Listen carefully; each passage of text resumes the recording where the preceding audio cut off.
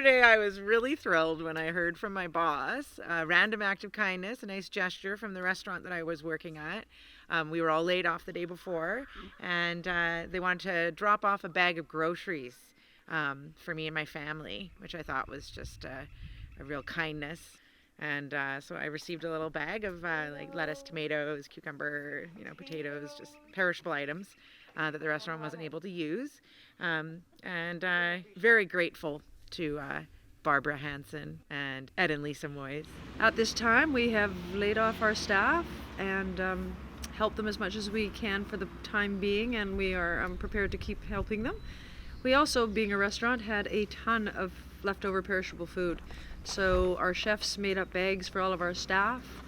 A lot of the staff came in, and for those that couldn't get out, it was great because they delivered to their workmates, which was fabulous. I just went to work and we're like liquidating all the food that's going to go bad, and then whoever was closest to me, I just grabbed some food in their ROE papers and delivering them.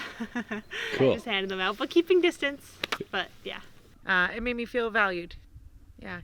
And like they really care about their employees. We also had a conference call with all the restaurants the other day, and everybody in this valley is pitching in for all their perishables and taking them to the food bank, whatever's left over after they've helped their staff. I have a few bags left that my staff didn't take, so I'm going to drop these at the food bank today, and then try and make some sort of cash donation so that they can buy non-perishable goods as well to keep their shelves a bit better stocked. The food bank would really like to thank the Comox Valley residents and businesses for stepping up and helping us with all of the donations that we've received in the last while. We're open for business or open to the public for our regular hours between 9:30 and 12 o'clock. Our volunteers are hanging in there. We've had quite a few that have had to leave because of health concerns, but we are continuing to serve the public.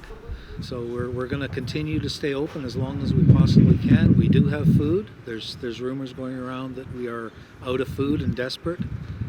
We're not at that point because of what people have brought in. So, and we encourage people to keep doing that. And thank you. We still have a fair amount of food that wasn't packaged in this, that we still have a shelf life of about a week. If anybody needs food or anything, I can drop stuff to you. I know we have an older population. A lot of times it's more frightening for them. They do have the health risks that make them definitely higher jeopardy than we are. My cell number is 250-897-5590.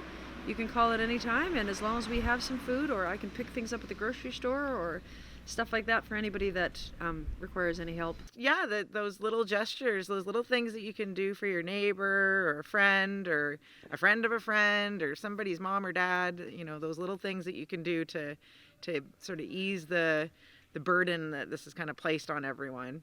They're lonely times for people too, right? So, I mean, even if you're meeting in a park, you can stay 2 meters away and, have a nice conversation.